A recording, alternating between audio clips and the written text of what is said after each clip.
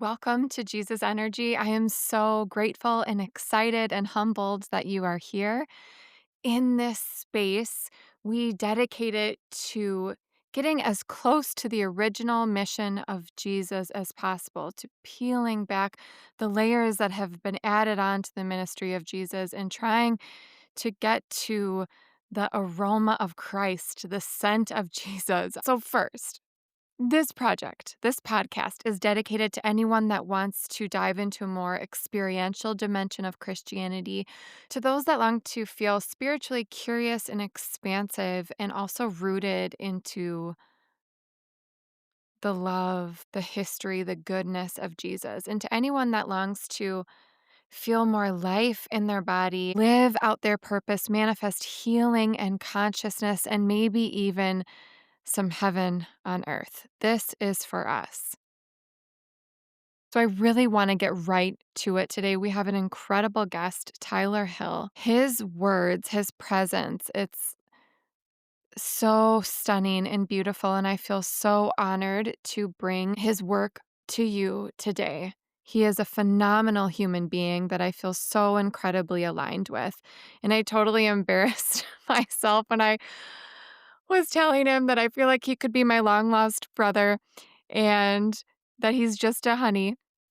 And that I truly think he could be one of the most stunning, pivotal, important writers of our time.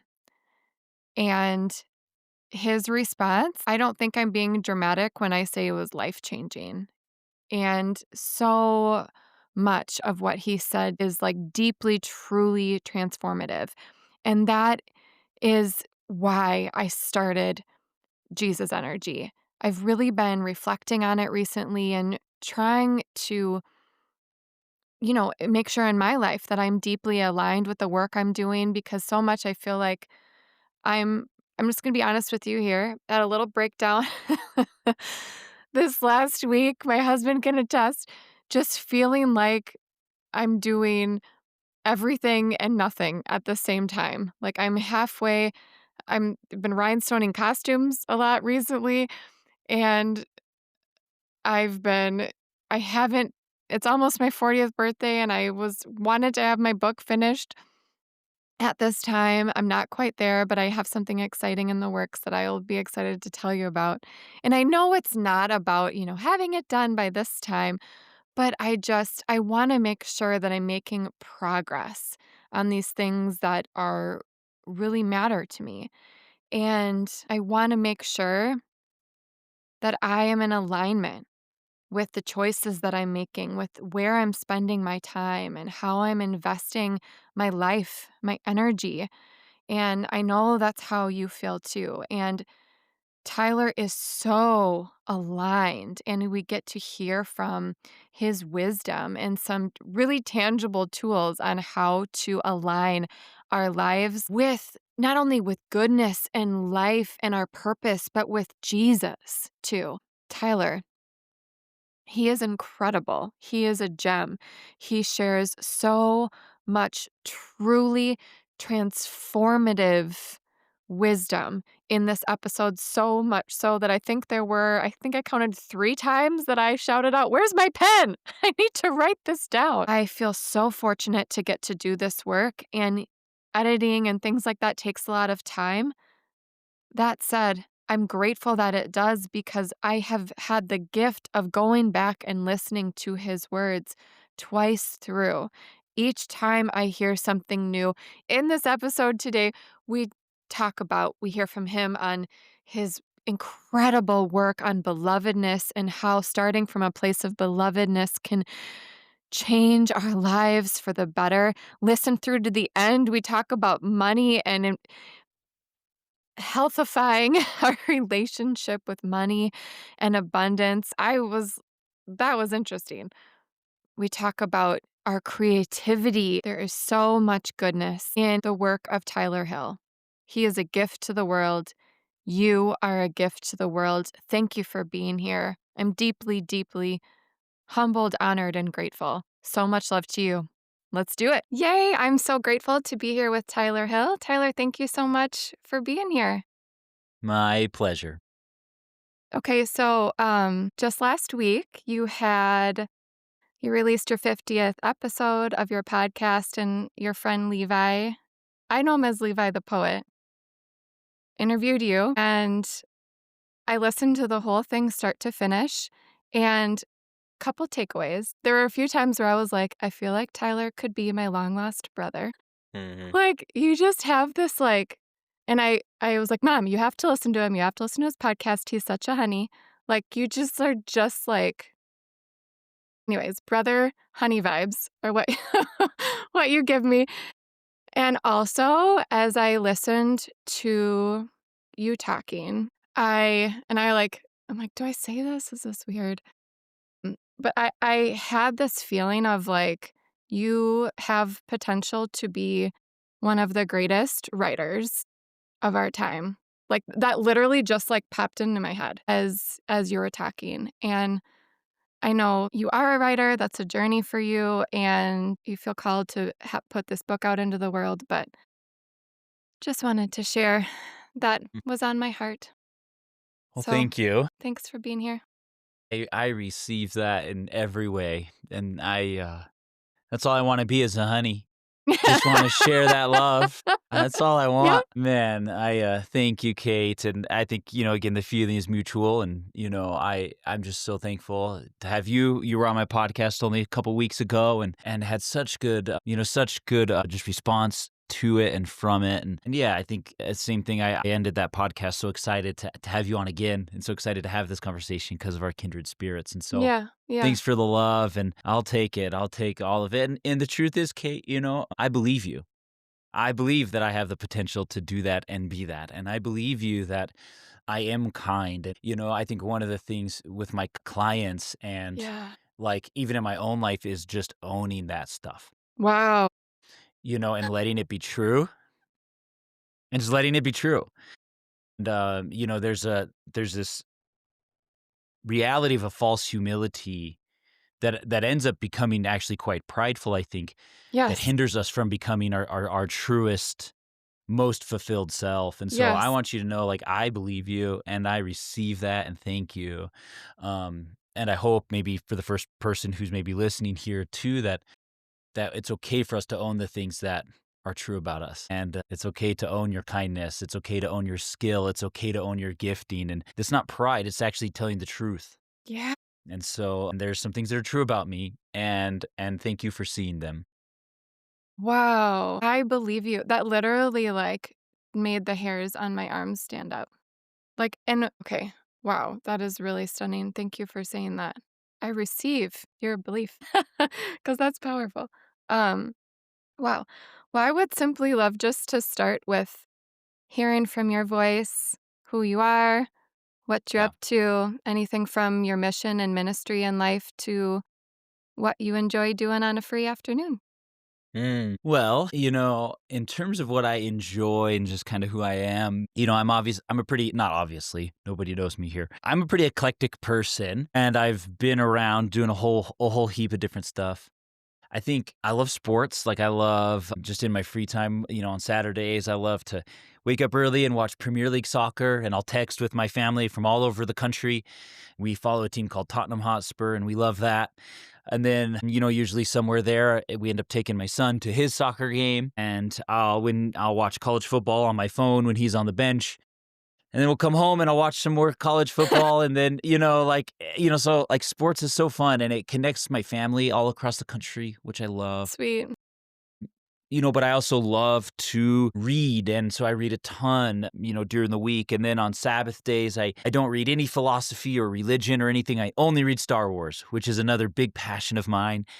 So I love to read. I think if there is, like, a big hobby or something that really speaks into what my family and I is we love experiences, we love Mm. hospitality.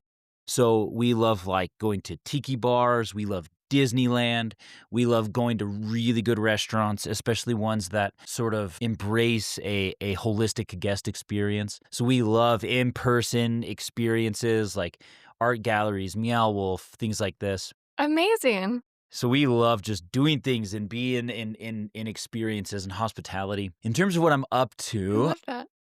vocationally, I'm a spiritual director.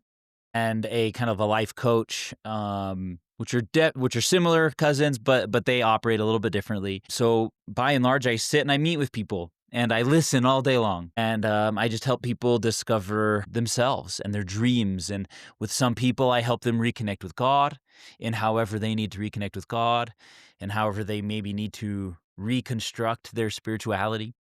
Other times, I help people over the course of a year transform their life. How do they let go of what's not serving them and Hmm. chase their dreams? And what are the plans and the goals and the mindset shifts that have to happen so people can achieve their dreams and become their best self? And so, by Yeah. and large, I'm a guide. I come alongside people. In terms of the spiritual work, though, yeah, I love to just listen and guide people as they attune their hearts to God. And usually along that journey, it comes with it a deep message of belovedness, which is really the core theme of everything that I do, is really helping people attune their hearts to God, which is to say Hmm. that they can realign with their inherent belovedness. And so in a lot of my podcasting, in my writing, in the content creation I do, a lot of it is centered around belovedness and how do we allow this idea of being good and being Hmm. lovely and being beloved inform the totality of our life. And so whether that's in people starting businesses and chasing dreams or Hmm. just in how they learn to connect with God, I think belovedness is the foundation. And so that's a core of a lot of what I do. That's amazing. Yeah. So, like you said, belovedness is at the core of so much of what you do. Where did that deep connectedness to belovedness begin? And what else do you want people to know about their Yeah. belovedness? Why does it matter? Yeah. I think the soil where you plant a seed impacts how that seed grows, right? So if you plant a seed in really bad soil, um, it's just not going to grow very well. Yeah. And I think many of us were given a story or a soil that was not rooted in belovedness, but rather that was rooted in separation, Yeah. right? At least in my faith tradition, the core story is you're born bad. Yeah. You're born separate from God. You're born a wretch, as the famous song likes to say about us. And when we live our lives, Kate, from that story, it impacts everything else that we do. Yeah. Right. So I think, Brene Brown, she says something to the effect of like, we are hardwired for connection. Hmm. And when we don't realize that connection, when we don't experience it, we hurt others, we get sick. We're not living as we were meant to be. That's Yeah. obviously a butchered quote of hers, but we were meant to know connection. And Yeah. so, if we're given a story, Kate, that says we're born bad, we're born separate, then our soul will spend all of its energy trying to rekindle or Hmm. recreate or remember ourselves to that type of connection because we were made to know belonging, right? Yeah. So when we're given a story that says you're born because of Adam and Eve, you're born bad, you're born a wretch, you're born separate, then for most of us, we live a life trying to bridge that gap. Yeah. So I think, in short, that really happens kind of by way of Henry Nouwen's. He says there's three big lies we believe. I am what I have, I am what I do, Hmm. and I am what other people say about me. Yeah. And those lies, I believe, are really the mechanisms we use to try and recreate belonging, right? So Hmm. if I don't believe I'm beloved, then I need to manufacture belovedness, maybe by my net worth, or maybe by my reputation, or maybe by the things that I have, how cool I look, or whatever. But these, as we know, are flawed ways of belonging. And there comes a point in everybody's life, I think, where we have to kind of reconcile that. Hmm. Where does our belovedness really come from? And if we continue to live a story Yeah. that is planted in the soil of separation, then we will always be striving to manufacture belovedness. Yeah. My big question is, what if the story that we start from has been flawed? I'd like to suggest that I don't believe our story starts in separation, but it starts in goodness. Yeah. That our story starts in belovedness. I believe that I was born beloved. I believe you were born beloved. And I believe we still are born beloved. Which then, and this is where belovedness gets very practical. If we believe we were born beloved, then we don't have to do things to earn it Yeah. or achieve it or grasp Yeah. it, which means then we are free to be ourselves. Yes. The story of separation says who you are isn't good enough, so you need to change who you are. the story of belovedness says who you are is born beloved, so you get to be who you are. Free yourself to be yourself. Just be yourself. And so there's a liberating nature to belovedness that says you can live the way that God made you. And so the message that I really want people to know is that you're not born bad. And I think Yeah. that's actually horrendous theology. Yeah. And that story sets us up for a life lived out of alignment. But a Yes. story that starts in belovedness sets us up for a lot of beauty. Where does Jesus come into play? If we begin in belovedness, why do we need Jesus? If that makes sense. Well, it does. I get asked that often. Do you? Okay, yeah. Oh, Yeah. yeah, for sure. Yeah. Well, let me share first something that I love about Jesus is that he knows belovedness in the same way that you and I know belovedness. I'll give you a definition of what belovedness really means to me. And we could get into kind of my integration of this mantra over time or this affirmation, but the mantra that I carry with me says, when I'm standing in my belovedness, I have nothing to fear, nothing to lose, nothing to fear, nothing to gain. Sorry. When I'm standing in my belovedness, I have nothing to fear, nothing to lose, nothing to prove, nothing to gain. And when I first was given that mantra, Kate, I was like, what the heck? Like, what? This is not real. I don't believe this. Belovedness, as it pertains to this definition, can't be real. And it was given to me by my spiritual director. Yeah. And I kind of went on this journey, Kate, of trying to say, okay, if I can't find a moment in my story where I knew belovedness as this definition explains it, then I'm never going to know it. And this whole God thing, this whole God's love thing is just ludicrous. It doesn't belong in my story if I haven't known it up to this point in my late 20s, right? And so I started combing over my story. Was there ever a moment, Kate, where I had nothing to prove, nothing to lose, Yeah. nothing to Yep. fear, nothing to gain? Yep. And I couldn't find one. I had spent my whole life trying to prove that I belonged. To make a long story short, I ended up after a breathwork journey and I had a vision of myself in the womb of my mother. And I realized in that moment that in the womb was my first knowing of belovedness, that this was my starting point. In the womb, there's nothing to prove. There is no hierarchy. There's no corporate ladder. There's nothing to climb. There's nothing to lose. There's an abundance of what I need. There's nothing to fear. There's nothing to gain. There's just belovedness. And so not only, Kate, did I recognize that there was a moment in my story where I had once known belovedness, but that was my starting point. Was in the womb. Now, here's what's cool about Jesus. Guess where he learned belovedness also? Was in the Where? womb of his mother. He too was a human being that had spent time in the womb of a woman.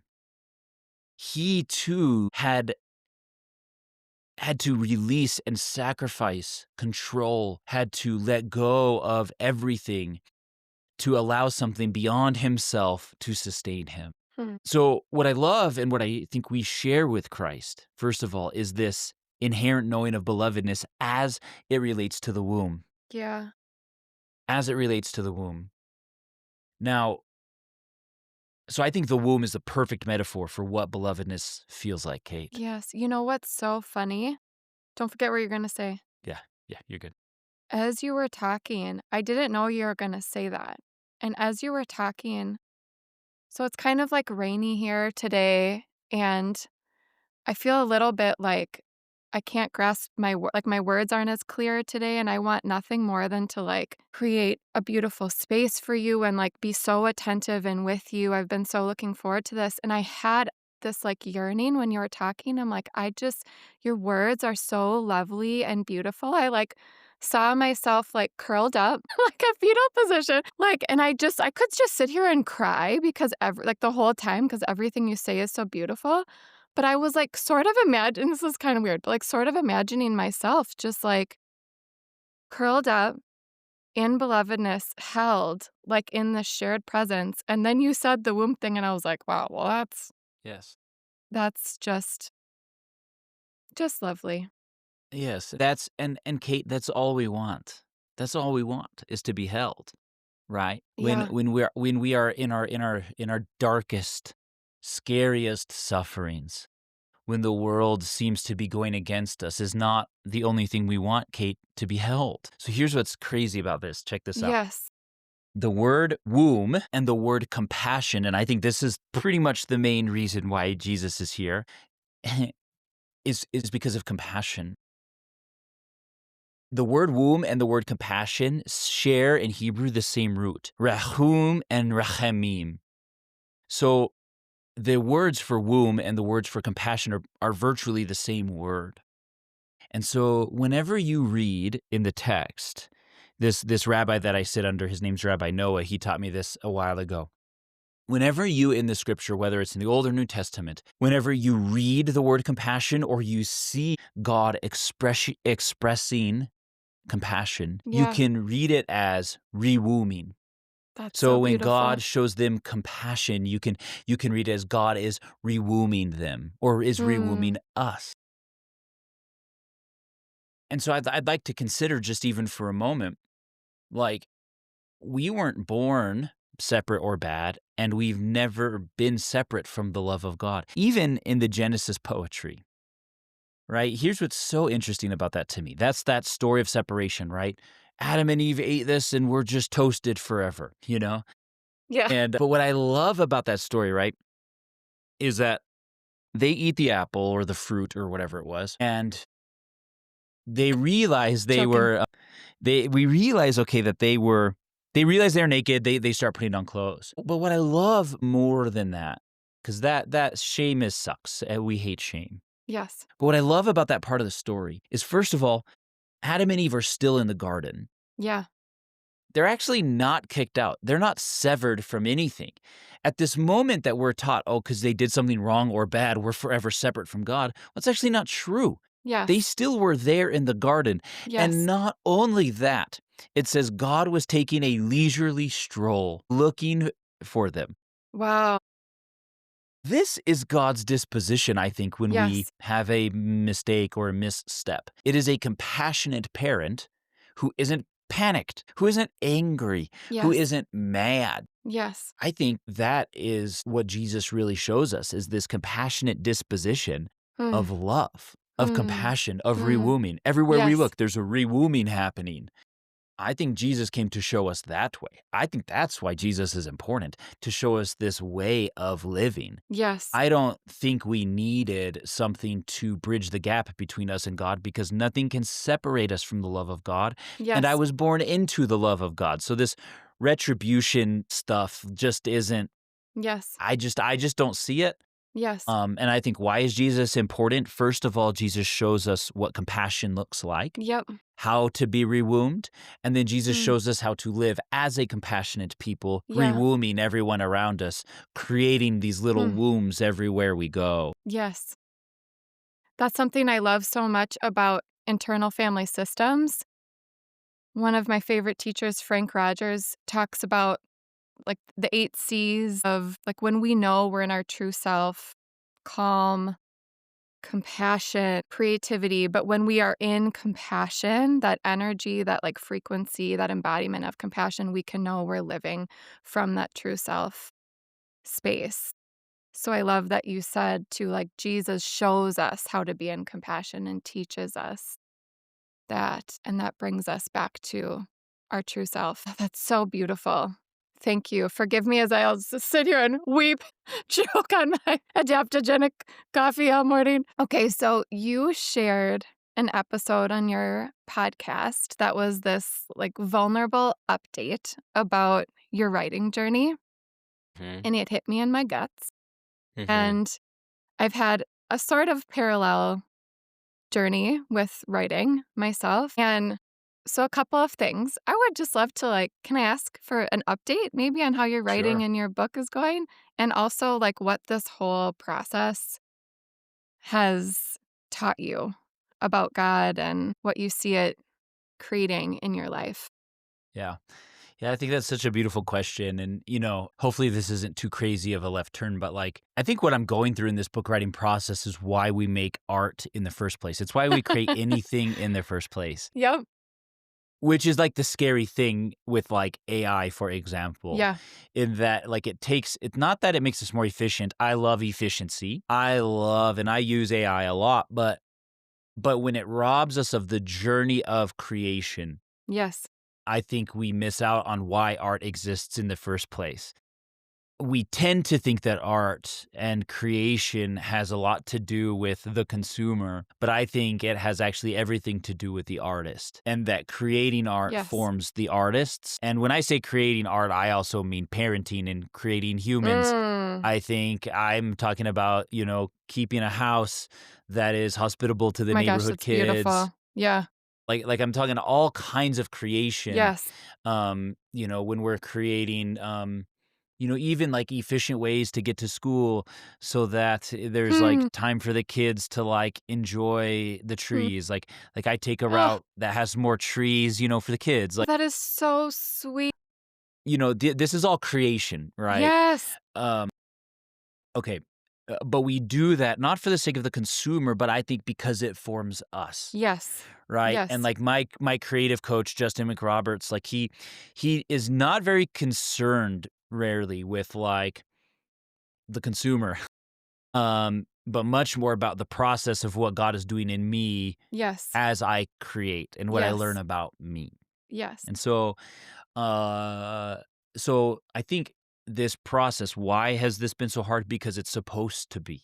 That's what good art does, is it forms us and it challenges us.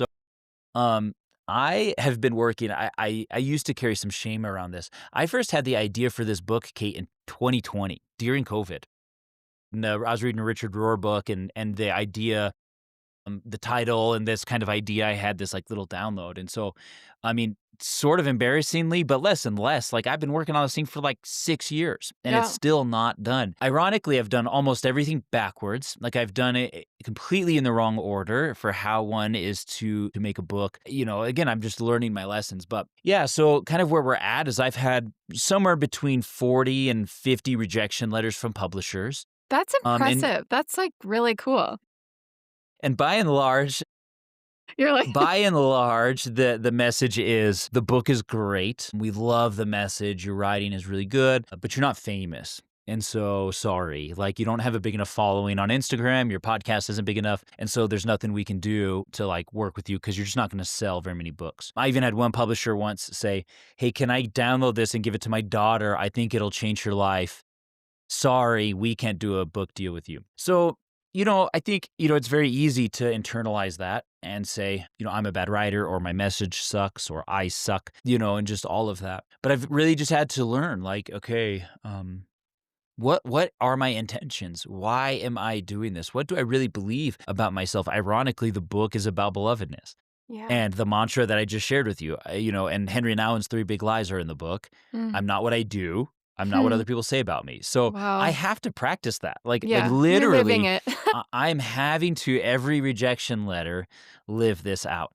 Not only did I write this book backwards and I did everything an author shouldn't do, I'm having to practice it. And I think not the fear, but the funny thing as I've learned from most artists is just that, like, that's what happens. The thing you're writing about in many ways is the thing that will happen, or it's the thing that you are learning. And so, pretty much where I'm at now is I've got one publisher that's like kind of interested, and I'm having to rewrite another chapter to kind of make it the way that they want it. And I'm pretty much in the last quarter of trying to get my book traditionally published. And so if over the next about 2 or 3 months I don't end up getting a traditional book deal, then I'm going to do it on my own. And the reality is like I grew up very inspired by like punk rock culture. I always say like I'm punk adjacent and none of the people who I grew up listening to, none of them had traditional record deals. They always made their own. And so I don't think Kate My Ego needs to be traditionally published, but a little bit of money, a little bit of support would be nice. Right. So I'm giving it one more shot Yeah. and we'll see. So I've written a good book and I've gotten a lot of Yes. rejection letters and Yeah. the system as it stands today Yeah. says you need to be pretty much famous Right.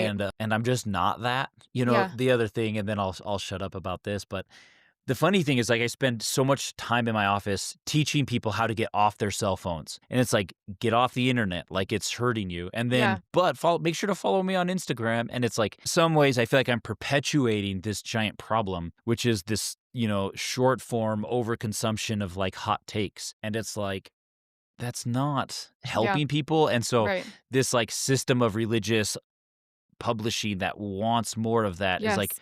perpetuating this like poison. Yep. And so it's just a funny It is place, a and funny place. we have to learn how to coexist in the world, and the world Yep. will always be broken, and Yep. again, this is, I think, another thing it's teaching me. There is a way that I think it should be, and it never will be like that. This idealistic perspective we have of our lives always sets us up for failure. We Hmm. have to not expect things to be made into perfection, but rather, how do we cultivate beauty and exist within the imperfections? And publishing is imperfect. And so I'm trying to figure out, how do I exist within this? I'm not going to sell Yes. my soul. I'm not going Yes. to do clickbait. I'm not going to do rage bait Yep. on social media. It's just not what I'm going to do. In which Yeah. case, I have to learn how to make money, how to Yep. publish books in different ways. Yes. This brings out like a feisty part of me. It does make me angry. Like I don't want to read books that are only from famous people. And I say that with like fame is not inherently bad, and there are beautiful people that are also famous, of course, and do incredible work in the world. But how do you balance authenticity with this, because there's also the truth that like your book is beautiful. It is going to serve a lot of people, and we want it in the hands of as many people as possible for the betterment of humanity. So how do you find that balance of trying to like grow a following, Yeah. because endgame, people knowing their belovedness, like that's a Yeah. pure longing. Yeah, I think two things come to mind. I was on a retreat at the very beginning of the year, and and I was kind of wrestling with some of this. And here I come back to breath work again, but I was Yeah. doing breath work, and I heard Yeah. this, and what I heard was, at the end of the session, was, don't build a following to do what you want to do. Do what you want to do, and let that build a following. Yeah. And so, like, some of the perspective is, get popular so that you can do your shit. Yep. I think the inverse now is what I'm looking for, is like, I'm just gonna do my shit, and then a following will happen, which means it's slower, Yep. which means it's not viral. So I think, like in part, really, the way I envision it is, probably my third or fourth book will be my big one, Mm. and that I need to just write, which means I just need to write and publish 3 more first. Hmm. And just as I continue to write, I will get a following of people who read my writing. Yeah. Or, I wholeheartedly believe that I'm gonna like, my wife and I are working on a really cool project right now, but I think there'll be hundreds of people that will come to our retreats and Yeah. and our experiences. But what that Yes. means also is that I do breath work for 4 people in my living room right now. Yep. And, I'm after I'm doing another podcast episode, and then I'm going up to a rehab center, and I'm going to do breath work with like 4 people there. I do think there will be hundreds doing my meditations and breath work someday, but I don't get to there if I don't Yep. just do it for 4. And Yes. not only that, but do I do that with like deep integrity? And so Yes. I so respect that. and so I think that's the first part. Here's the second part, which again the punks have always taught us. Yeah. And I think this is a really interesting thing for me, and I'm going through this like big filtering right now, is in my false self, I tried to please everyone so often. Okay, I got to make sure not to, like, for example, what I just shared earlier on, it goes against conventional Christian modern theology. Yeah. It doesn't go against ancient theology. Ancient Christians believed in inherent goodness. Like, it's not a new take, but I will lose followers and people who have donated money to me, who have supported me, because of this honest take. When I've tried to please the masses, I Yeah. actually might get a bigger following, but it's not a very honest following. Yeah. And it's not a following that's actually in alignment with who I am. Yes. The more honest I can be, the more punk rock I can be, my Hmm. following will probably actually get smaller, but Yeah. it will intensify, and it will be Yeah. distilled Yeah. to authenticity. And so I think if I can just say my things, be myself, Yep. It's like not every spiritual person's wearing college football hat, has a Yoda Buddha here, has Desmond Tutu and the Dalai Lama and Thomas Merton, and like, I don't know, like, but there is a niche for that. Yes. And I think that and those people will support the work deeply, Yes. ashamedly, Yes. passionately. But Yes. if I just have a bunch of like people who are only 5% interested in what I do, but I Yeah. have thousands of them, I honestly don't think it'll get that much reach. And so I guess I'm trying to just be more honest, Yeah. and then it does distill the following down, but it also intensifies and purifies it to a more authentic and honest place. Yeah. Your alignment is strong. Like, I really see that in you. Thank you. Just real quick, just because it's kind of funny. I've been writing my book for the last, like, 3, 4 years, and I went to a writers' conference in Atlanta. I think it was about 3 years ago now, and I don't know if I, like, naively thought, like, going to a writers' conference, I would, like, get a book deal or something, but somehow and, like, preface to say, it's one of the best decisions that I've made going to that conference, the people that I met, and just taking that time to invest in something that I love. But I, like, went home or went back to the hotel after reading my chapter out loud, and I just, like, sobbed, Hmm. like, I'm not publishing this book and all they want is a following, and when they mentioned, like, growing your following, every writer in the room, like, had this collective sigh. It is a funny thing. Also, if I could design it myself, I would have written my book from my corner of the world, put it out there, and gone back to my corner, and I would never have had this conversation with you, learned about your work. I wouldn't have read the books that I've read that aren't from big publishers, like, in order to prepare for this podcast and meeting with people and seeing this, like, on the ground, authentic, honest, aligned work in people. So to your point of, like, what it's doing in me and pushing me to connect with people, I wouldn't have chosen. And it is I am my soul is better for it. And okay, but how do you like I feel like alignment must be something you like practice. Like it is so strong in you. What do you do to like attune your Mm, mm, alignment, mm. Yeah. if that's a thing? Mm. Oh, big time. Okay. A couple things. Wow. My mind is flooding with things to say. I would say, first of all, it starts with a daily practice of Yeah. listening. I do kind of my own version of it, but there's these people that I follow, Lucas and Hella Mack, and Lucas Mack Omega, and they have a daily practice, a breathwork practice, and I kind of infuse it with like the Wim Hof method. But pretty much, I do my breath work, and then I go into this like meditative state. And every morning I ask, what does my divine intuition want me to know Hmm. today? And I I literally pretty like much, looked for a pen. yeah. I want to write And that I down. literally ask that every morning pretty much. And so Wow. sure, I have in my calendar like things I have to do. Like this podcast was on my books today, so I woke up and saw that I had this. So if my intuition says, something, like it doesn't mean I like just axe my whole schedule, although I have done that before. But there are like little just nudges and knowings that kind of keep me in alignment. So Yeah. I think sometimes my soul might know that maybe my false self is flaring up. It's like, okay, you got to impress Kate, make sure or whatever. And so then my intuition in the morning might say, just remember, like you're very wise. And that might just be my mantra for the Yeah. day. Yeah. Other times I might hear something specific as hell, like take your kid to soccer practice. And it was like, and so that was kind of yesterday. We were driving from out of town. We got into town in time. So cool. My wife usually takes Elias, my son, to soccer practice on Mondays, Yeah. but my intuition was like, just do it, dude.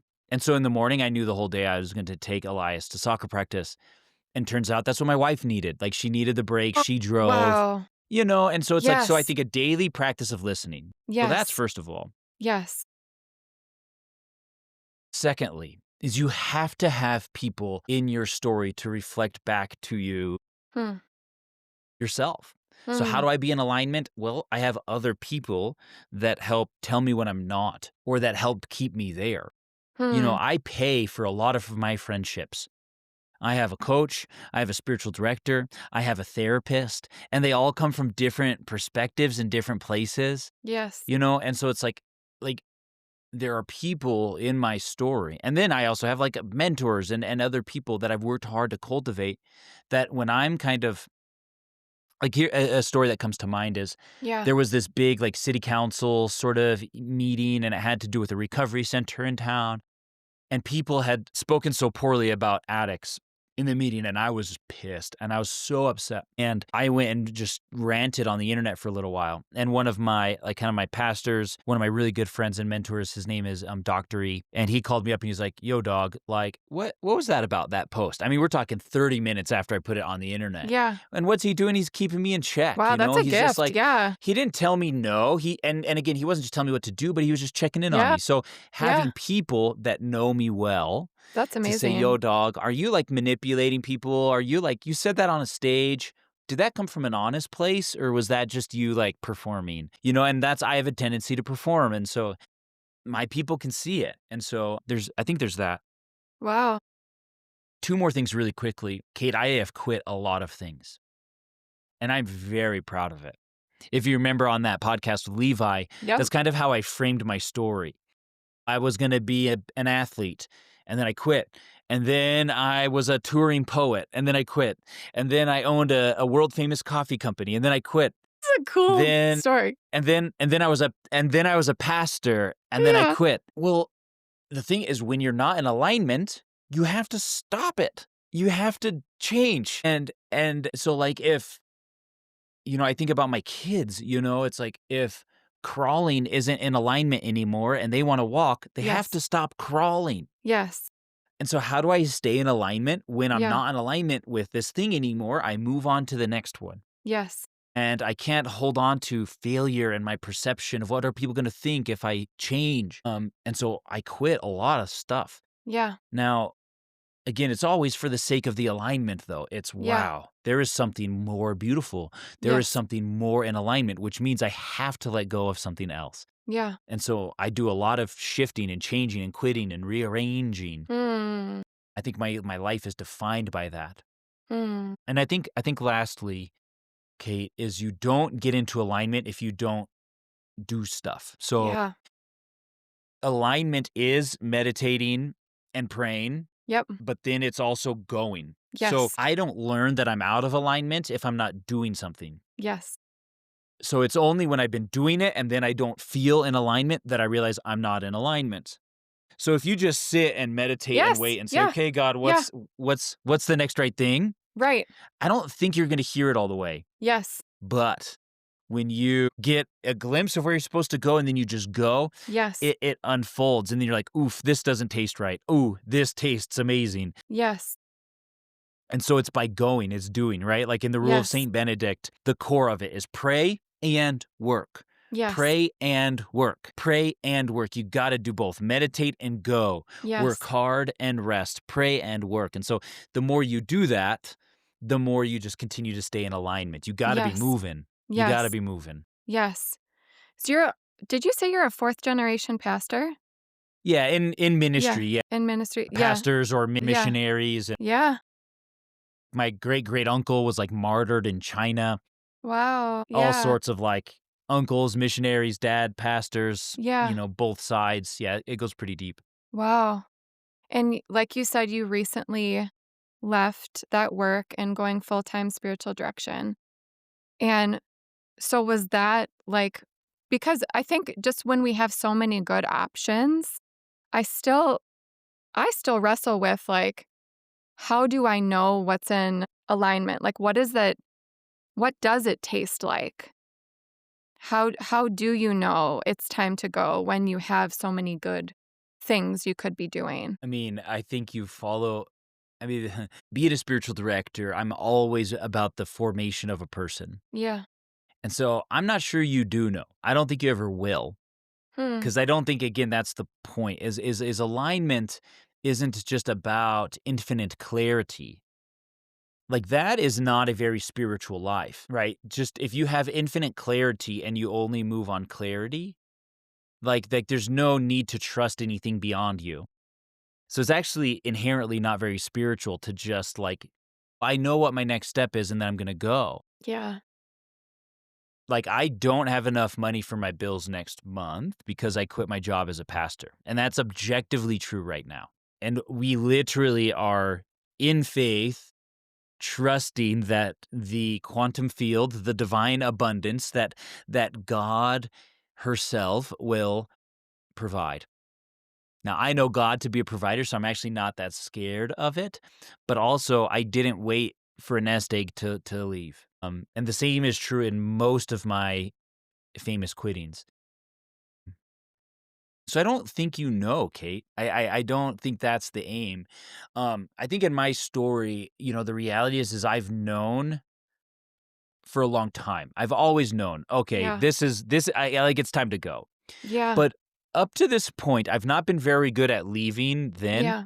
I Yeah. usually wait for the suffering to almost be unbearable, and then I don't have Right. a choice. Right. I'm hoping that I learn over time to listen sooner. Yeah. But a lot of the times, Kate, I've had to wait for like a mental breakdown or a season of depression to just like actually spook me enough to like jump and then when I look back on it, I'm like, oh, dang, my soul has been telling me for a long time. Mm. But I think in short, the Jesuits, I always love how the Jesuits talk about consolations and desolations. Yep. And I think in many ways that's such a helpful thing for us. Like, is this thing spark life? Is this something I want to get out of bed for? Is Yeah. there beauty that surrounds this? Am I being pulled toward it? And again, that takes quiet, that does take alignment. And just because you loved something a long time ago doesn't mean you have to love it today. And if for a few months you start realizing, wow, this is not what it used to be, well, probably your soul is drawing you toward something new and something else. And so, again, though, I also go back to like I think you can't. Rarely can you do discernment all by yourself. Like Mm. you need to hire a spiritual director. You need to Yeah. hire a coach. You need Yeah. to hire a helper to do discernment with you. And I think, I mean, if I was to give advice, it would be that. I mean, Mm. Yeah. it comes that way. Funny enough, like this idea of a lack of clarity, it's not exactly totally clear, gives me a lot of clarity Yeah. Yeah. Totally. about it all. Totally. Yeah. Yeah. And I just think again, when you jump, I mean, I've quit lots of things as well. These aren't the sexy stories I tell in my podcasts and stuff, but it's like I've also taken a lot of jumps that were wrong. But that is also clarity. Yeah. Like that tells me that that isn't the thing. It's Yes. all a win. I think it's Yes. all a win, but Yes. I don't learn those things if you don't go. So Mm. I think you get clarity by moving. You don't wait Yes. for clarity to move. That's good. Thank you. That's something I continually have to work on in my life, for sure. I can get stuck ruminating in my little me zone. Okay, so why, Tyler, cold plunging? Wow. Why? What do you love about it? What has it Wow. done for you? It's the greatest teacher there ever was, the cold. I mean in truth, I could go a couple different ways, but Yeah. I think again there really is no better teacher than the cold. And what I mean by that is like the ego, first of all, doesn't survive the cold ever. When I do workshops with people, it doesn't matter the proudest, the toughest, the whateverest. Like the cold is a great equalizer, Yeah. and What it's a does it say great about me that I space. can't go Yes. past my waist? That's great. I love it. But I think more than anything, it shows us how much more similar we are. We all respond the same way in the cold. Nobody loves it. Some might like it more than others, but nobody loves it. Nobody loves the cold. And if they say they do, they're a liar. But I think for my mindset, I'll tell you a couple things. One is that like I grew up in a house where I was taught a very feminine masculinity, and I'm very thankful for that. I was taught, my mom was sick for my whole life. So I was taught a lot about nurturing and care. I was taught a lot about, sticking beside the suffering and because mostly we were taking care of our mom. My dad's like a 2 on the Enneagram. He's a big helper, really, really gorgeous. But Yeah. what I wasn't taught, because this wasn't who my dad was, and I don't say this in malice at all, Right. but I wasn't taught about building anything. I wasn't taught about protection. I wasn't taught about, like, some of these more masculine things that is a part of a whole human. And again, I wanna make clear, like, I say that in both men and women need both of these energies. We Yes. need both of these masculine and feminine kind of spirits about us. Yeah. But what I wasn't taught was, like, how to climb a mountain, how to fight, how to win, and, like, achieve things and build things. Really what I mean is I was never taught how to do hard things. Tending to the sick is very hard. Being a good listener is hard, but I wasn't taught many of those things. And as I had been married for a while, and as I had a kid and was trying to earn a living and an income and even get healthy in my own body, I was like, I don't know how to do anything hard. And getting into the cold every day began to teach me that I was capable of doing something hard, Yeah. that I could overcome obstacles, that I could Yeah. grow, Yeah. that I had an aspect of my person that could do hard things. Yeah. I could endure hard things. And so I think it taught me in many ways, as funny as it sounds, it taught me how to be a man. You can do hard stuff. You can overcome obstacles. Mm. And so, like, I connect that even to another very formative part of my story was when I became a runner. And when and I began to again realize that I can do hard things, that I'm in control of my body, that I'm not a victim to everything around me, that I am in much more control than I ever thought. And so I can remember running my first marathon and realizing the mindset that I had cultivated in the cold is the same mindset that has helped me write my books, that has helped me start new businesses, that has helped me Yeah. quit, that has Yeah. helped me grow. And so, Yeah. first of all, it's a daily practice of reminding myself that I can do hard things, that I Yes. am capable of overcoming obstacles, that I have a power within me Mhm. that can do beautiful things in the world. Now, aside from that, there's just infinite health benefits to it that are also just really exciting and fun when it comes to inflammation and our lymphatic system and releasing oxytocin and cannabinoids and endorphins and serotonin and all of that. It's just really, really healthy for you. What are cannabinoids? I They're don't like think I it's like the same, it's one of the animating aspects in like cannabis that helps you with pain relief Wow, and cool, muscle yeah. relaxation. Yeah. So our internal like pretty much when you get into the cold, your like internal pharmacy just gets dumped into your bloodstream and just all these lovely chemicals get flooded into your body and it Yeah. just feels really great. In short, I got into the cold because I had chronic migraines and the doctors didn't know how to get rid of them. And a regular getting into the cold practice pretty much got rid of my migraines. After a daily cold Wow. practice for 6 months, my migraines went away. Wow. And, uh, and then I began to just kind of see some other benefits just in terms of Wow. my mental health and my Yeah. physical health and stuff. But I did get into it because of my migraines. And Yeah. then I've begun to learn so many other things That's that come along with it. incredible. And you've had a physical healing journey as well, right? I don't know a lot about that, but is there Yeah. Are you, anything are you talking about Yeah. like my aneurysm and all that? Or maybe Yeah. not? Yeah. Yeah, I mean, so yeah, my body's an interesting little vessel. Yeah. Yeah, the physical healing in regards to my migraines, I think I attribute that dramatically to the cold. But as I've grown up, I also a couple years ago, Kate, they found an unruptured aneurysm in my brain, and so that was an interesting little situation that has really. They can't do surgery on it, so it's just kind of up there, and it's a small little guy, so they don't think it's going to burst anytime soon, but it could. So I do have this little time bomb in my head that at any minute really could burst. Again, they don't think Hmm. like the algorithm doesn't say that that's likely right now, but it has caused me to ask a lot of questions and has caused me to shift a lot. So sorry if that was a Yeah. little side tangent.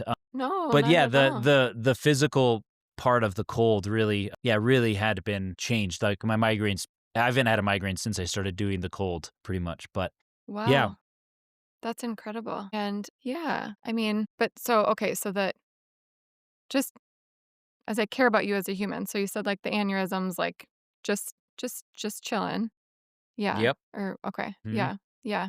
Yeah, That's it's good. just this Yeah. little guy up there, and I'm Yeah. just not supposed to smoke cigarettes, Yeah. and that's it. That's what they Yeah. said, and other Alright. than that, Yeah.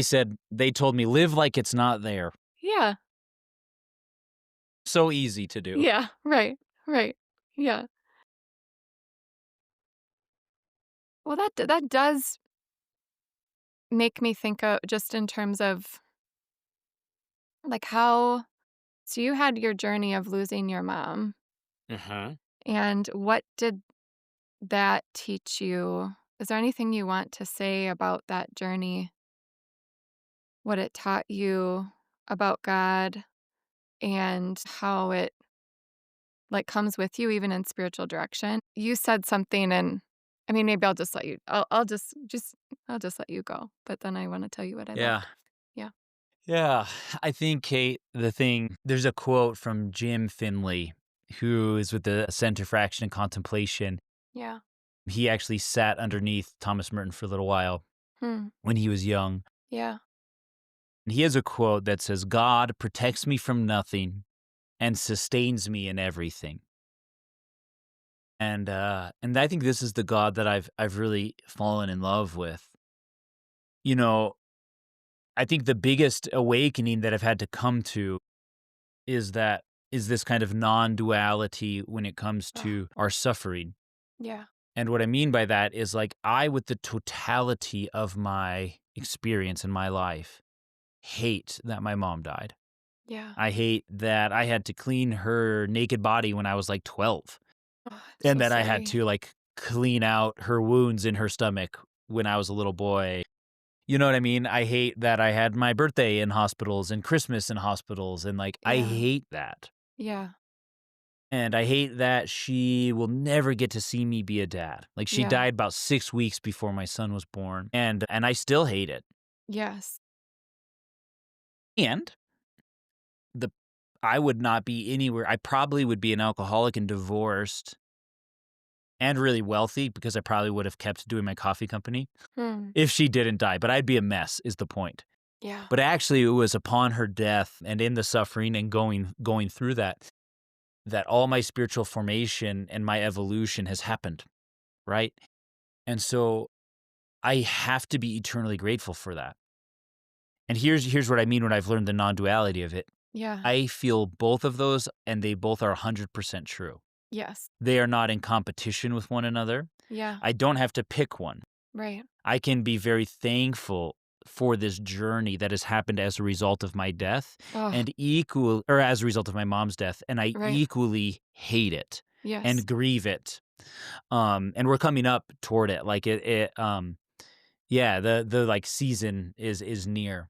And so like I'm definitely gonna be in my grief again here in a couple weeks. Hmm. And and it's equally true, right? I think also I can't help but just recognize the ways in which the feminine expressions of God, how important they are. And I think, I had this experience with my mom that was so intimate and also that was lacking in certain ways because of her illness. Yeah. And so I think the intimacy that I did have with my mom taught me so much. And then the way in which, like, the elder women in my life now have held me. Yeah. And this includes like the sisters at my monastery. This includes Mary. This includes just some really powerful women in my life have taught me the feminine nature of God and this Hmm. nurturing nature of God that I think because of her sickness and the kind of the journey between tending to my mom, having other women in my life after my mom died, the way in which this kind of Hmm. feminine expression of God is so necessary,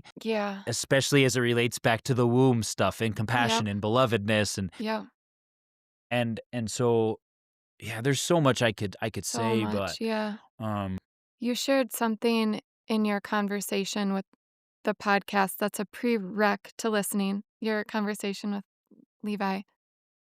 You you said, and yet the cooler. And you were talking about, I think, community and church and showing up in that time with your mom. And I'm like, that could be a book. Could you ever just share a little bit of that and how you navigate community at this time in your life? yeah. Yeah, so that story just real quick, I grew up in a Baptist church, and that's where my dad is a pastor. And there was a season as I started going on my kind of spiritual journey and my other side quests of spirituality that, I grew, as it tends to happen for so many of us, a disdain for the church I grew up in, and this kind of, this angry, angsty teenager that's in the middle of his deconstruction, and I'm right and everybody else is wrong. And, Yep. and it happens to all of us. And I Yep. guide a lot of people through that journey.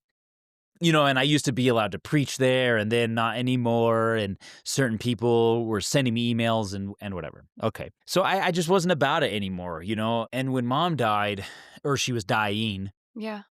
we were kind of doing hospice care, and we were there at the house. I can remember they somebody, I honestly don't know who it was, they brought a cooler and they put it on the porch, and they said, "This is the hotline number. Text this or call us whenever you want, and whatever you need will be in this cooler for however long you need." And so we would say, "Hey, I want some green juice," or, "Hey, can we have some, ice cream," or whatever. And then it would just be there. And the whole community, just like, they all took turns buying stuff and bringing it to the cooler, and they just tended to us the whole time. And they weren't trying to get in the house, and they weren't annoying us. And I guess that was like this moment when I realized, like, Richard Rohr, he talks about when we go through like a deconstruction, Yeah. we start in one boat, and then Yeah. we say, "Okay, this boat doesn't serve me anymore. I'm going to get out of it." And then you Yeah. get out and you get into your next boat. Yeah. But so many people just stand in that second boat, and Yeah. then they just throw rocks at the first one, Right. and they never set sail in their second boat. Right. And they just, are just make TikToks about how bad the other boat is all day. And I think that was the moment where I had to realize, Yeah. first of all, my gratitude for the first Yes. boat, for Yes. the place that formed me, the place that grew me, Yes. that it was Yeah. actually a good and healthy and whole place, Yeah.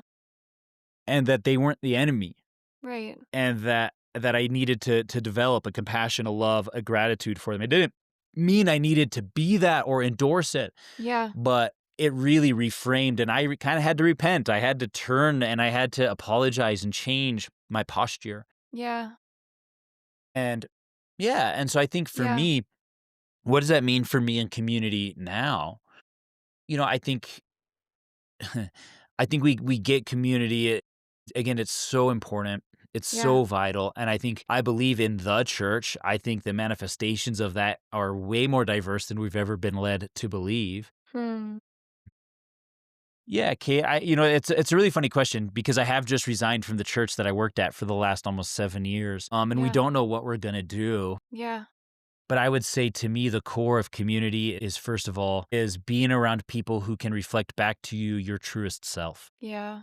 And what that doesn't mean is that you have to alienate other people who aren't that reflection.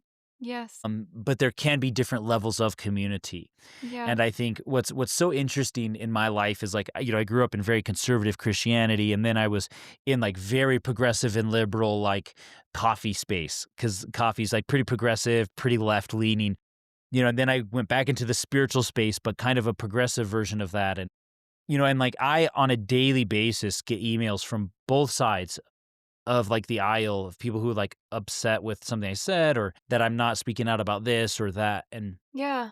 And I guess, to me, my community is not based on those preferences. Like, Yeah. my community is much more based on like my frequency of meals, Yeah. my frequency of like walks in the neighborhood. And we might talk about those things, but I think for me, I've not built my core community based on these ethereal beliefs.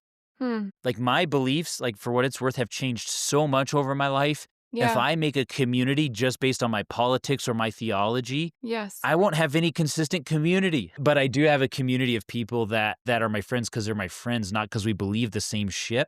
Mhm. And that's built very beautiful community. And Hmm. I'm just with people that I love, that Yeah. reflect my best self back to me. Yes. And my dad is that, even though maybe some of our theology is different. In That's certain areas of beautiful. my life, he reflects back my true self. And in some Yes. places, he doesn't. Yes. And so I have other people for that. And Yes. and some of my more political friends don't reflect back to me my spiritual reality. And that's Yeah. fine. They don't have to. Yeah. So this idea that community has to be this like unilateral endorsement of a belief system is just not community. That's like a cult. I think Right. community just empowers my best self. And I got lots Yes. of different people that do that. And so I just try to find people that help me be the best version of me, and then I think Mm. I'm invited to be parts of communities where I help people be the best version of them, Ugh, and, that's kinda how I view it, I suppose. that's so just feels peaceful to me and so refreshing. I so appreciate that. Thank you so much. And I wanna be respectful of your time, but I have a couple I'm good. questions. You're good? Okay. What Yeah, was it like learning from the women at the Benedictine monastery? Like, that sounds like a yeah, dream to yeah, me. My husband will be like, "If yeah. you ever leave me, I think it would be for, like, a nunnery or."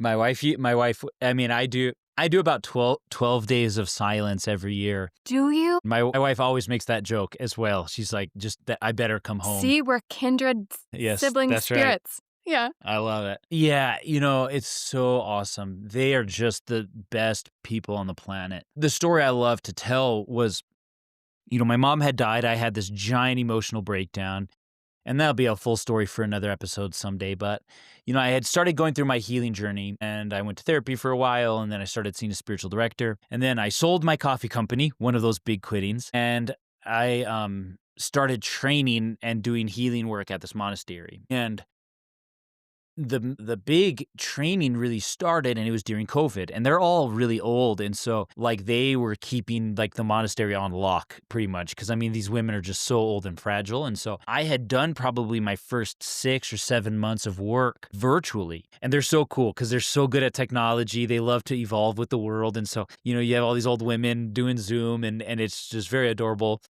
That's and, amazing. so I can just remember, though, Kate,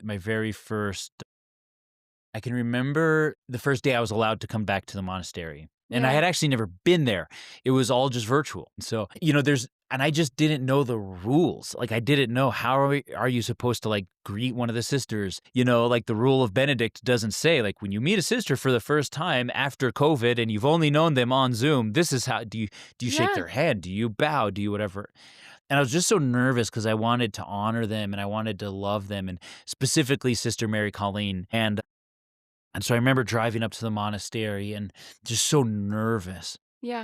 and I get out of the car, and it's very Benedictine, of them. Mary Colleen was already standing outside waiting for me. And Yeah. she was really exemplifying this Benedictine hospitality. And she was standing out there, and I walk up again, just kind of sweating bullets. And she just gave me a hug. And it wasn't like a Christian side hug, it was like an all the way mom hug. Oh, And I wrote an essay about this on my Substack, but it was like, this is the hug that healed me, I think. Because, like, even that's toward so funny. the last bit of my mom's life, Yes. like, you couldn't hug her all the way. Like, mostly she was in a chair, Wow. and she was just so fragile, and so it's like we could hug and we showed affection, but, like, to just be hugged all the way around my neck and just be squeezed by an older woman. Again, something we all need, like, we all need a mom, we need a grandma, and that's what it was like. It's like being hugged all the time, and it's like, so even the building they built, like, the door is here in the middle, and then there's 2 big wings, and it was built to mimic you walk into the heart, and, like, the 2 wings are like 2 big arms that hug you. So even the architecture was built to resemble a big hug, like you're walking into this embrace, this feminine Ugh. embrace, and the whole building is very feminine and curvy, Yeah. and so, like, it's it's like being hugged, and then it's just like and so that's what it's like. It's hard to explain, and it's not. It's just you feel like the most important person in the room all the time, Oh, and, yeah, it's so that's fun, so and I think sweet. what's so cool learning from them as well is, like, when they say they're sisters, like, that's real, Wow. meaning in every way you might imagine sisterhood to be. So it includes, like, the sass, and it includes the, I like, love that. annoyance and the funny, Yeah. these women have been living together for, like, 80 years. Like, so there is this Wow. there's this deep spirituality, and there's this, like, lived experience of just, like, watching them be very normal and learning how to love God in this normality. And so, Yes. like, I think what I've also learned is just honestly how to live my regular life. believe it or not, I am not of the opinion that monastic life is very different than a lay person's life. And I think Cool. being with them so often has really shown me that. Like they fight, they bicker, they spill and they have to clean up. They have to work and make money and they have to do budgets and people get sick and Hmm. people have to be relieved of their jobs and their duties. Like you get fired from a role sometimes, even within the Wow. monastery. You're Yeah. not fired from the family, but it's like, it's very regular. It's very, very regular, which takes Benedictine wisdom and makes it, I think, for me, very practical. So I Yeah. think the other thing is like, it feels like being hugged all the time. It Yeah. also feels like permission to be a regular human being and find God in it all. Yes. And so it is otherworldly and it's also very regular learning from them. Like Oh, it's very regular. I love that so much. What does it mean to be Benedictine? What Yeah, I sets that mean, apart? yeah. I mean, practically, very practically, it means you take the rule of Saint Benedict, which is his like little wisdom book, and Yeah. you allow that to inform your life. Yeah. So how you pursue Jesus, how you follow God, how you listen to God. Yeah. And so the rule is just this book, this wisdom book that he wrote, Saint Benedict wrote a long time ago. Yeah. And so it really is the guidelines for how he viewed monastic life to work. And so these are sort of the guardrails that help you live a life that is attuned to the heart of God. Cool. And so to be Benedictine very practically is to allow that wisdom to inform your lived experience. Mm. Practically, I think there's a few things that really, to me, inform Benedictine spirituality. Yeah. The first comes from the prologue, where his very first lines are, "Listen, my child, with the ear of your heart," he Yes. says. He says, "Listen with the ear of your heart to the instructions of your master, not with your brain, not with your intellect, but with your heart." Yeah. And 1,500 years ago, he was calling his people and simultaneously us to listen with our heart, to listen with the depth of our internal wisdom. And so even then, he was prioritizing a contemplative interior life over this intellect-based spirituality. Yeah. So I think, first of all, to be Benedictine is to listen with the ear of your heart. Beautiful. I think, secondly, hospitality is a core piece of what it means to be Benedictine. And there's two aspects to that, Kate. One is to welcome, like there's a role at every Benedictine monastery. If you go to a Benedictine monastery, there's going to be somebody called the porter at the door. And the job of the porter is to welcome everyone as if they are Christ himself. And Hmm. so the idea is to say, whoever comes to your door, you are to receive them as Christ. And so I think very practically that should look like, yeah, like in our homes and in our churches and in our businesses. But I think it also gets flipped on it to say, how do I welcome my own self as Christ as well, right? So Yeah. if I am a monastery, if I am a temple, right, our bodies are temples. Wow. Do we welcome ourself as if Wow. we are Christ? Yeah. Are we kind and hospitable? Do we listen? Do we welcome our own self? And most of us don't. Yeah. Right? We do not welcome ourselves into our own temple. We don't honor our bodies. We don't honor our Hmm. stories. And so I think that's a big piece of being Benedictine. Two more really quick things. Wow. Second, the thirdly is that idea of ore et labora, which is pray and work. So kind of Yeah. like I was saying before, that is a very Benedictine principle. Yeah. You pray and Cool. then you Yep. work. Yep. You go to work. You Yeah. do stuff. Yeah. And then you pray again and then you work. And that oscillation, it keeps you in alignment. Hmm. So Benedictines are not people who just stay in the prayer room. It's not a cloistered thing. It is a very work-oriented life that has prayer deeply integrated with it. Oh. Lastly, the thing that I really love, it's a little more nuanced in the rule, but there's a flexibility that Saint Benedict put into the rule that like I love so much. So he, for example, like half of the book honestly is like pretty much his instructions for how to read the Psalms. So you're just like probably like this much is like just how to read the Psalms. You know, Huh. Yeah. this day we read these ones. These Yeah. days we read those ones. This part of it, right? And you're like, geez, how like gosh, there's so many rules. Yeah. And you're just like, this is so burdensome. But the funniest part about it is he'll be like, this is how you read these Psalms.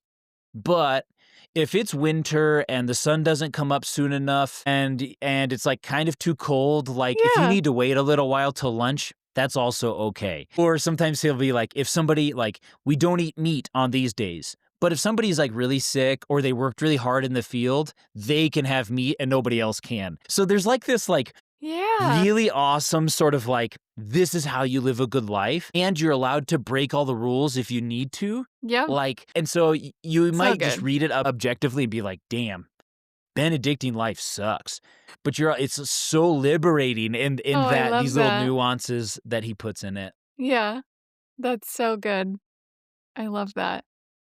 Okay, I am dying to ask you quickly. I've heard that you said you also like listening to abundance coaches Hmm. and like Yes, money coaches. And that's for sure. something like an area of my life where I think my consciousness is quite low. Like I'm trying to grow. And I think abundance is something that I'm really called to learn in this life. And hilariously, I married a financial planner. It's not a strength of mine and something that I really am trying to learn.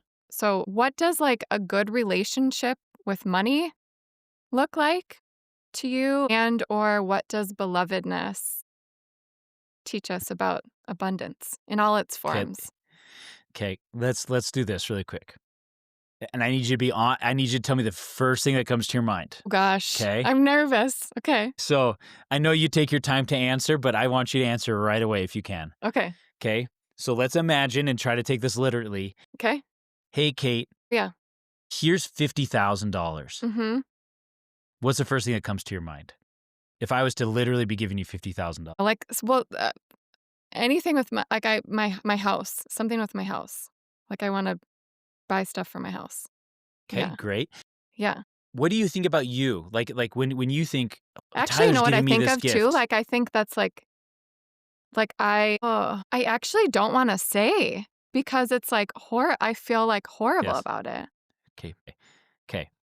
But I So have this like money feels like a bottomless pit to me. I'm like, there's so much like with 3 kids. I'm like, college, I want a big house to like host my like it feels like never yep, enough. Like nothing is ever yep, enough. Like honestly, bingo. like that's my reaction. And that's a lot of money and like could change things, but that's my Yes. caveat and Yes. I feel awful Yes. about that. Yeah. I think money in that regard. So Yeah. people will say that like, "Oh, that's not even enough." That's Okay. not enough Yeah. to change everything. Yeah. Somebody might so here's what a lot of people say, and that's not an uncommon thing I hear. Here's another thing you might hear, Kate. "Why me? I don't deserve this." Somebody might say, so my point is the thing Yeah. that comes up, I think Right. money points to what needs tending to inside our soul so often, Right. Yeah. right? And so it's like, Right. okay, why isn't that not enough? Is what I have not enough, right? And then this isn't in judgment, like we all carry these. But I think money, first of all, points. So like, why me? Like Yeah. when people say that, for example, I love to say, like, okay, like that clearly is speaking to some particular way you feel about you. Right. My Like not I'm not enoughness. deserving. Yes. Yes. I have 2 things with that. My lack of contentment in life. Well, I mean, there's a whole thing there. And also my own not enoughness. Like Yes. I can't Bingo. go do that. I can't put myself out there. I'm not ready enough. I'm not like perfect enough. I'm going to be judged. So it's very much in alignment with my weaknesses, like what I'm working on, tending to. Yeah. Bingo. Yeah. So of course, so many of us don't want to touch money because it's the great exposure. It I is. think money just amplifies what's already true. Yes. So, if you don't believe you're enough, money will amplify that feeling. Yeah. So, I think for example, if you're evil and you get a lot of money, it will amplify your evil. Yeah. But the same is true on the other side. If you are good-hearted, if you are a healer, I think money will amplify your healing. Yes. If you feel abundant about your self-worth, Where's my notepad? think I think money will amplify that, Yes. And Yes. so I think first of all, again, money is a great tool for our own spiritual formation. And the more we can lean into it, I think it can teach us a lot about us, Yes. right? And so, okay, like $50,000 enough? It might be, it might not be. Because here's what else I hear there, Kate. There's a Tell me. lot that you want to do. There's a lot Right. you wanna do. Yeah. I don't think it is enough. I think you need $100,000 because you are awesome.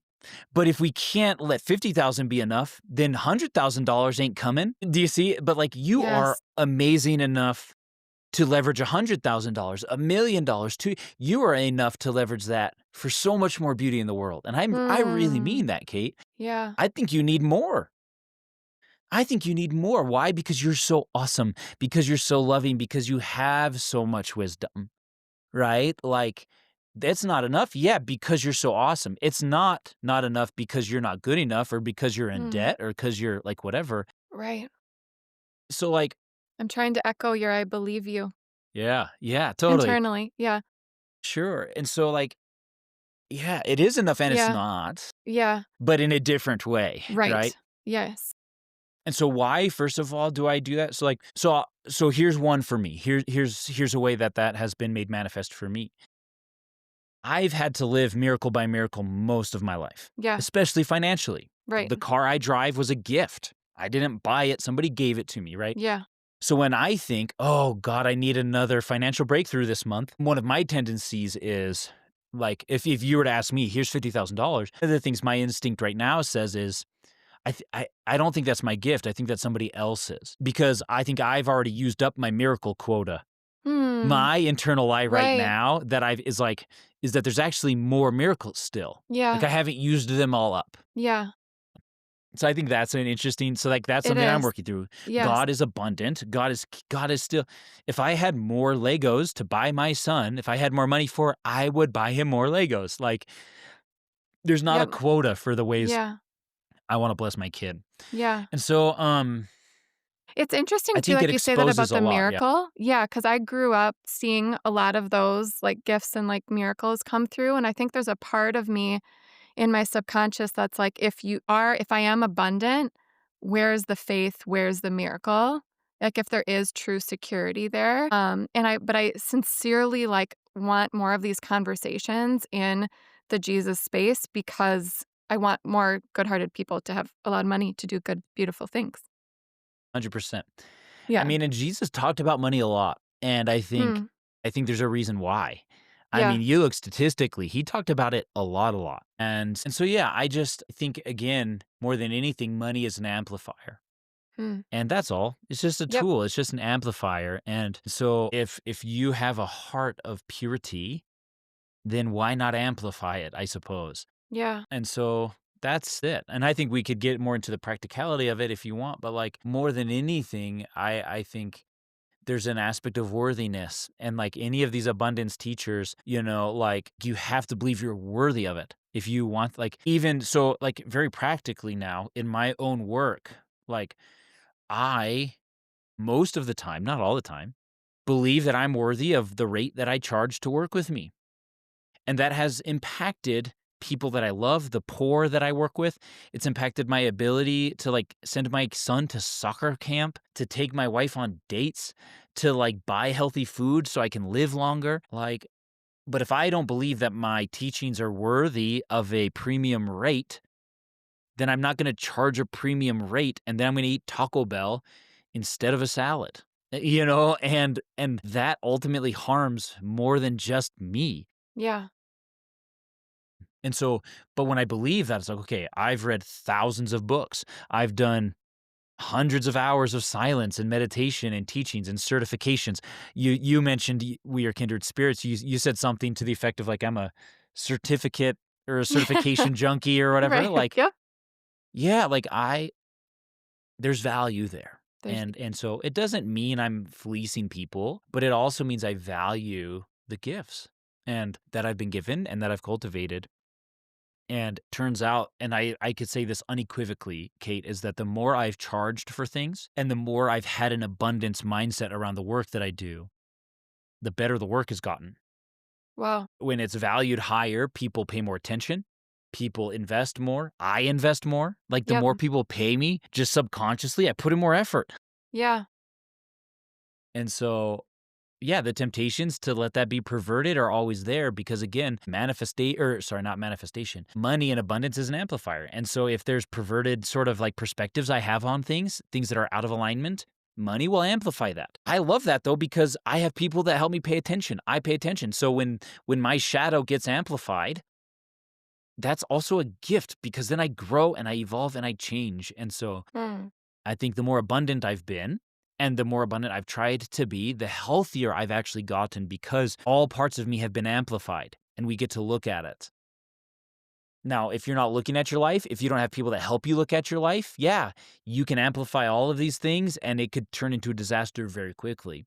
mm, But I'm okay, I think, because like my therapist rules and my wife is wise as could be. And my mentors, and you know what I mean? So amplify yeah, it. yeah. Amplify the good stuff, the bad stuff. Let's Mm, go. mm, How does that relate to belovedness wow. quickly?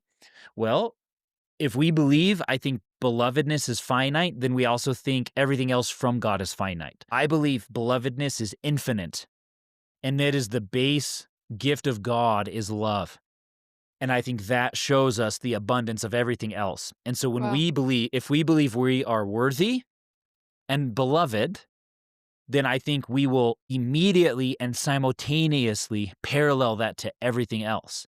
That we Mm. are worthy of what we need, and there is an abundance of what we need. But most of us don't believe that and we don't receive it and we actually reject it in most ways. Well, I wish you all the abundance Thank in the you. world, Me and too. I sincerely am going to pray about whatever direction your book goes. Like, I just hope it connects with as many people as possible because I believe in its goodness and just meets the right people. Thank you. And it's like a celebration of all the work that you've put into it. Do you have a quick couple minutes to do some rapid fire questions? Yep. Let's see. I think so. Yep. My next podcast is in 30 minutes. So let's do it. Is that okay? Okay, I'll go. Yeah, that's So, great. when do you remember the presence of God from within your body? I think it's when there's this moment in the Wim Hof method breathing, you breathe hard and then you let go and you just sit there and you don't breathe for, so like my retention moments usually are now between 2 and 4 minutes where I don't breathe for 2 to 4 minutes. And that's always when I feel God the most in my body. Wow. How about Jesus? Is it the same or different? I would say I tend to view Jesus in that way, Kate, more like Christ, so God embodied in the material. So I would say that's more so like when I experience the divine in the material world. Like the most recent one was my daughter was having a hard time going to sleep. I went into the bed to snuggle her and she pulled my arm actually underneath her, which was so interesting. Usually she pulls it over, but she Yeah. really wanted a snuggle because we were out of town. Yeah. And so she put my arm under her, like, neck, and she, like, was, like, sitting there on my Oh. and so it's like when I can actually touch it, that feels most like Jesus, or that feels most like the Christ when it's Mm. embodied in the material. Mm. So I think when I get touched, like, when I hug Sister Mary Colleen, when my Yeah. daughter snuggles me, mm, yeah, like, it's those are the moments Mm. when it's, like, physical, because to me, that's, like, the divine entering the material, Oh, Christ, yes. like, that's what Christ means to me, and so I have my more ethereal and my breath work and, like, whatever, and then the Christ, when I experience Jesus, is when, like, when I'm close to my wife Yeah. physically, Wow. when my kids touch me, like, when, we do these showers at my church. We call it shower to the people, and it's like when like, help somebody after they get out of the shower and their hands are clean after they took a shower, things like that, like, when you can touch it. That's so cool. Thank you. What does faith mean to you? Yeah, I think faith is like it's like being in the womb where you have to trust something beyond you. Yeah. It's a surrender. Faith is a surrender of control. It's releasing the ego. It's saying Yeah. I am not the boss. So like a Yeah. child to be faith is like living as the beloved, right? So when you're beloved, you're in the womb, and in the womb you've surrendered to something beyond you. So it's like just letting your mom take care of you. Oh, yeah. That's what faith is like. Oh, that's the best. How do you hear from God, and what, may I ask, are you hearing right now?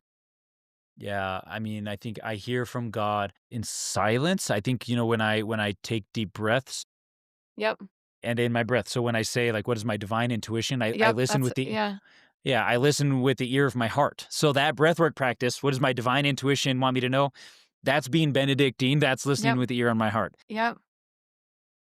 And so that's how it's creating these spaces where I can listen with my heart, my deep, winding, wise heart.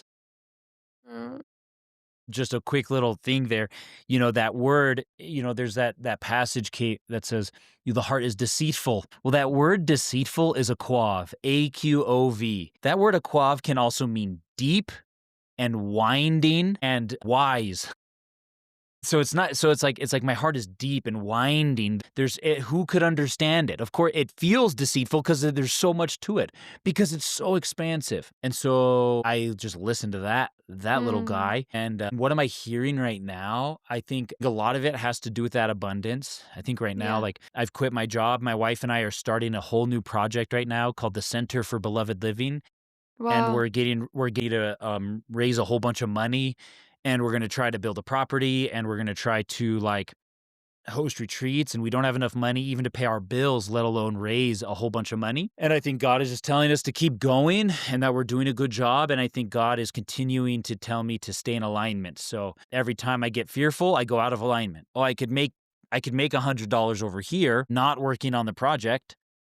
And pretty much every time I hear God say, just stay, like getting $100 going out of alignment is not going to get you closer to the thing you're going to be fine. yeah. So that's a lot of what I'm hearing. That's stunning. And lastly, I love to end every episode with an invitation to healing, whether it be like a small mindset shift or like a physical Mhm, practice we can mhm, do mhm, this mhm. week. Anything. Should I Yeah. get in the cold? I mean, I would say, to be fair, like even just 5 seconds in the cold if you did that for a month, even take your warm shower, get in the cold. With my coaching clients, I mean, that's literally the first thing we work on is getting into Cool. the cold because it really Cool. does shift your mindset. I would say the second thing is I was just listening to a study that said they were talking about how negative thoughts do more damage than positive thoughts do good. Wow. So of course be a positive thinker. But more than that, eliminating negative thoughts will get you more ground than increasing your positive thoughts.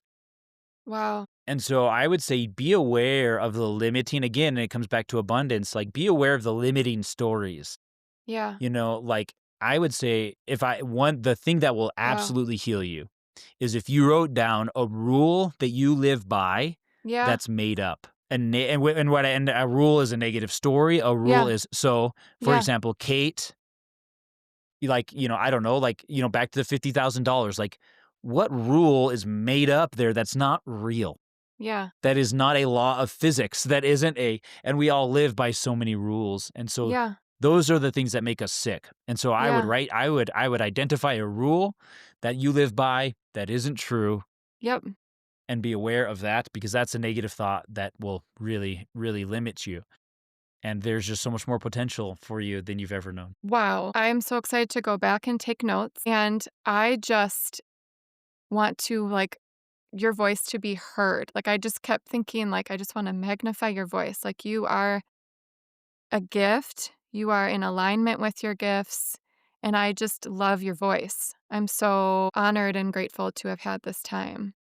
And I'm going to be so excited to read your book. Thank you. Me too. Thank you. Yeah. Yeah. Thank you, Thank you. Kate. Thank you. Thank you.